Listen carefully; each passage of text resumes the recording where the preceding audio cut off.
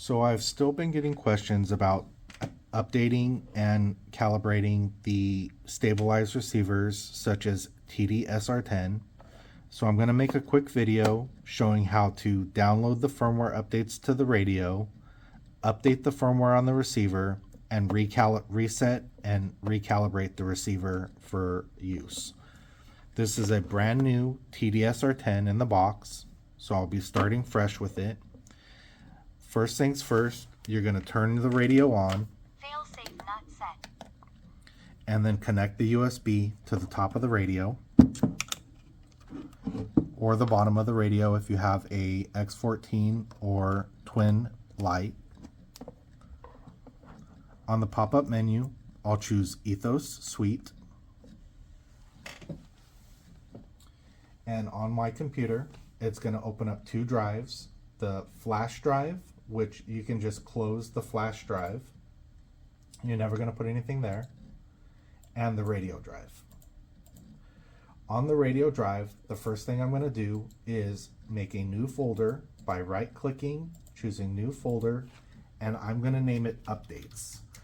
A lot of people like to name it Firmware, but in the past I've had people confused by it being named Firmware, so I like to call it Updates. You can also click this little New Folder button up here on the top left of the File Explorer. In the Updates folder, I'm going to download and copy all of the updates for my receivers. So using Ethos Suite, I'm going to open up Ethos Suite and go to the Download Center. And this is a TD receiver. So I'll go to Receivers, TD Series, and choose TD-SR10. I'm going to download the top two files here.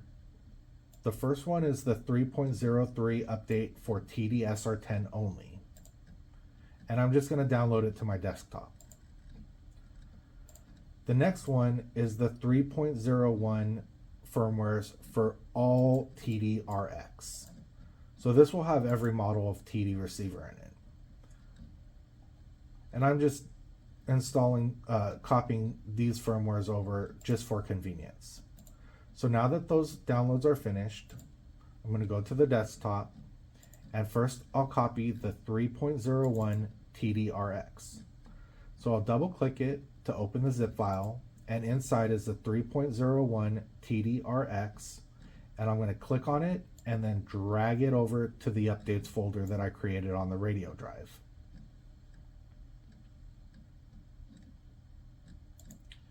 You'll see now that it's copied into the updates folder, I have the 3.01 TD-RX with all of the individual receiver firmwares for each different receiver organized by the channel numbers.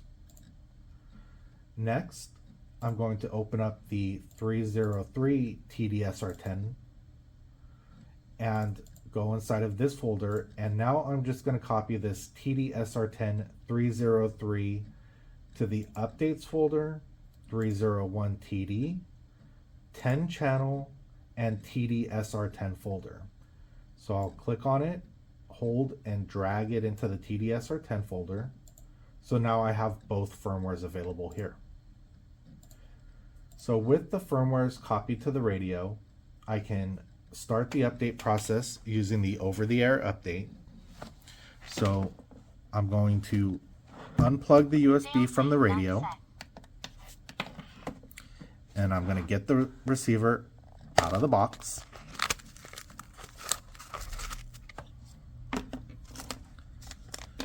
And I'm just using a 2-cell LiPo to power it with a standard servo connector.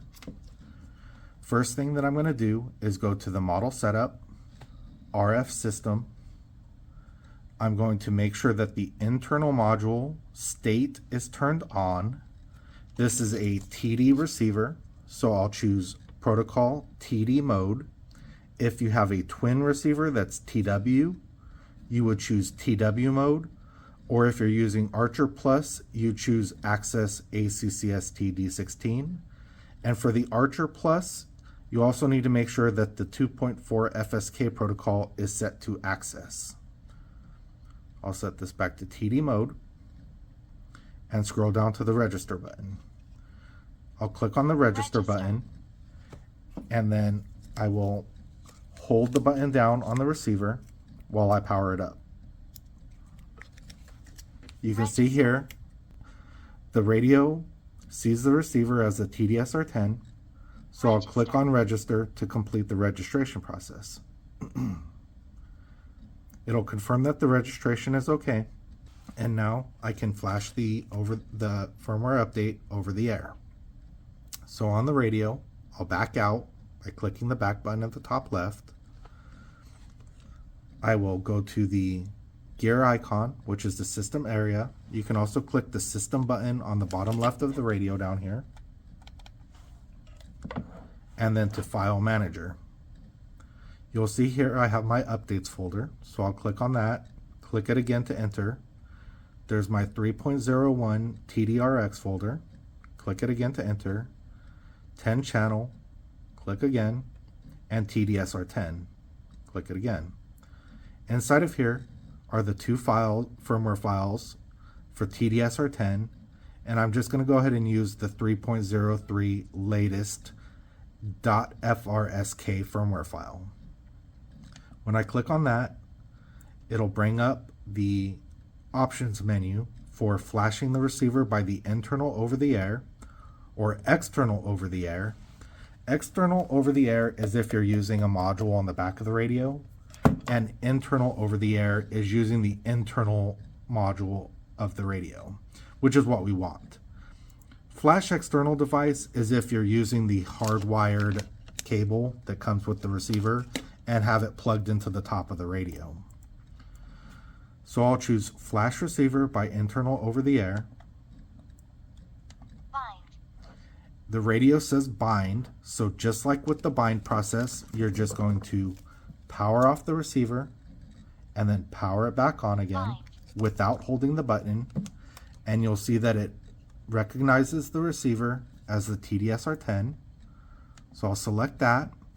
It'll tell me the current version on the receiver is 1.013, and when you click yes, it will begin the flashing process. Sometimes this over-the-air update fails the first time around, so if it fails the first time, just try it one more time and it should go through. If it still fails on the second time, that's when you would want to use the little cable and plug it into the receiver and do the hardwired update directly from the radio.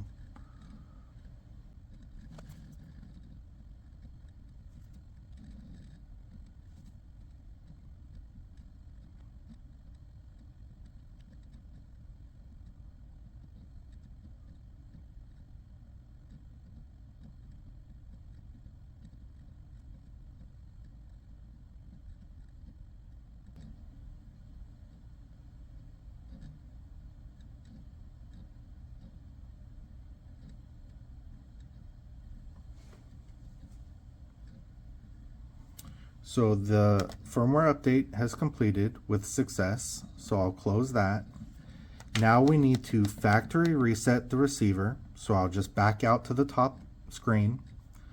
I'm going to go into our model setup, RF system, and next I will bind the receiver to receiver 1.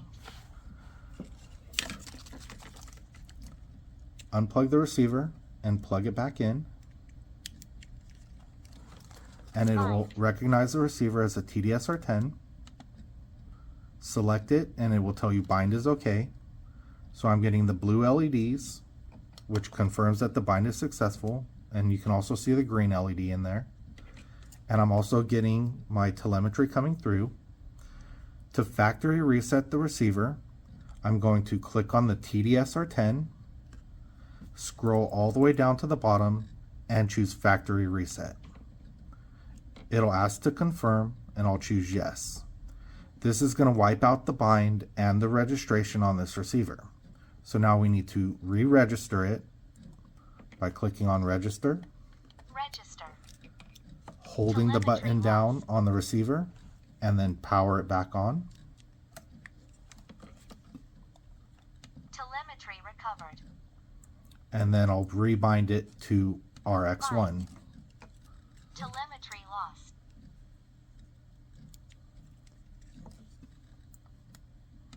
Telemetry recovered. Okay. Now that we've done the factory reset, we need to reset the calibration and gyro configuration and then redo the gyro setup for this receiver. So I'll back out again to the top screen, and under device config, system setup, device config, receivers, you'll see I do not have StabilizerConfig listed. So I need to install the StabilizerConfig Lua script. To do that, I'll plug the USB back in.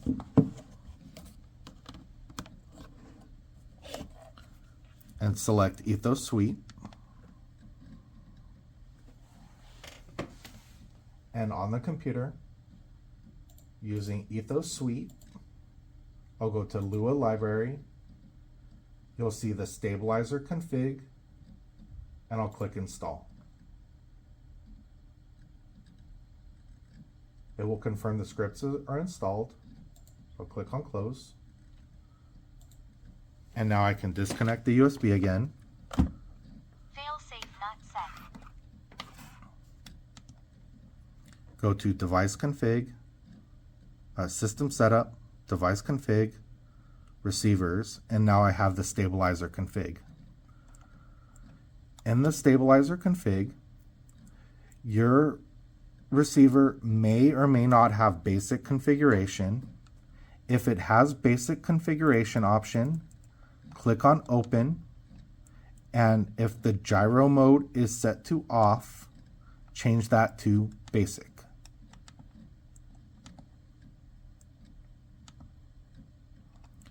Next, under Stabilizer Group 1 Configuration, we're going to click the Start button next to Reset and click Confirm for the reset. I'll click the Back button and do the same for Stabilizer Group 2 under Configuration. Next to Reset, click on Start and confirm the reset. Now that the stabilizer configurations have been reset, I can do the 6-axis calibration.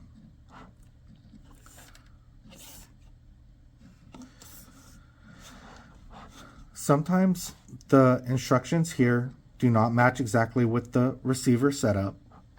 So usually I always just refer to the pin direction.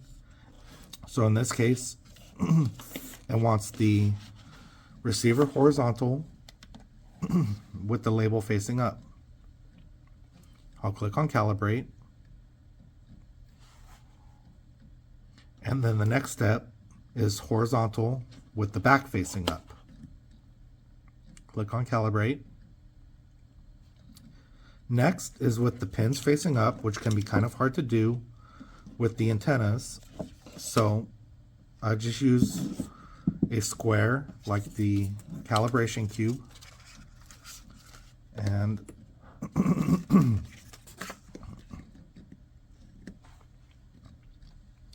put the receiver pins up. Next, it wants pins down.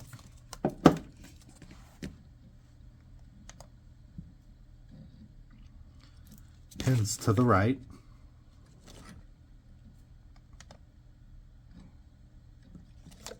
And pins to the left.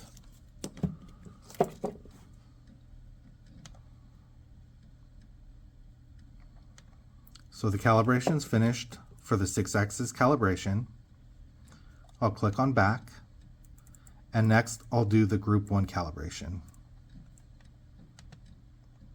For Group 1 calibration, there's 3 calibrations you need to do. The first is the level calibration, which sets the level plane of the receiver. This is usually done with the receiver in the plane with the plane slightly nose up. But in this case, I'm just going to do it here on the bench.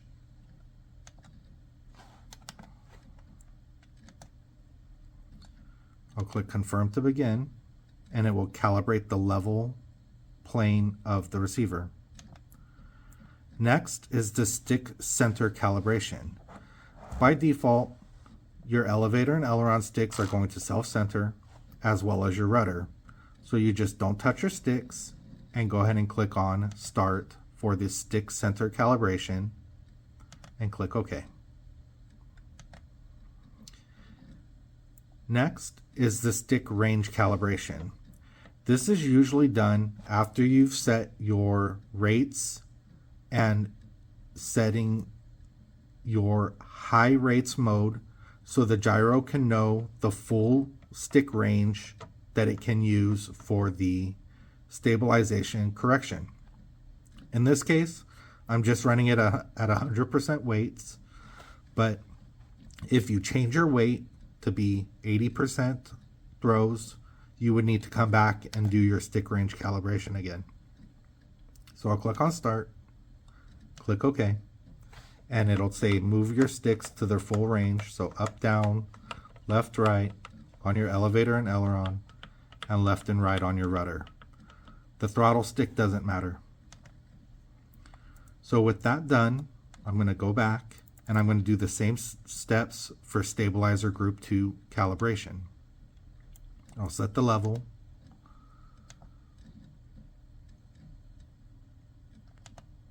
I'll set the stick center. And I'll do the stick range again.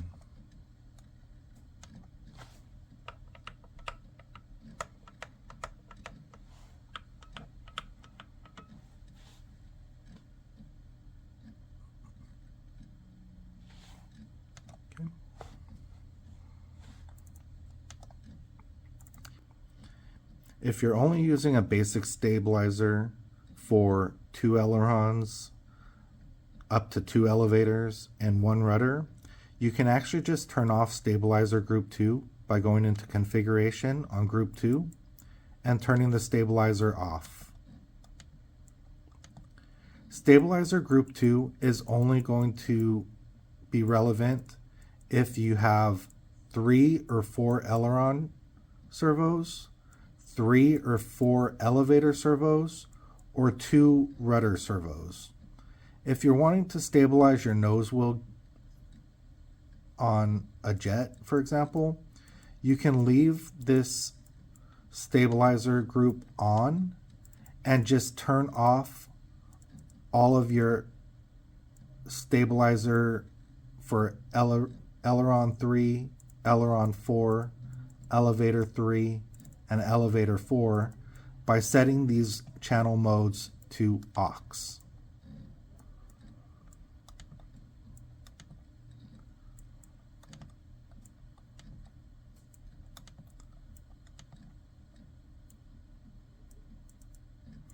So here you'll see now my channel 7 is just a regular auxiliary channel, channel 8 auxiliary, channel 9 will be my rudder 2 stabilization channel, which I would use for nose wheel steering, nose wheel gyro, and channel 10 and 11 are also auxiliary.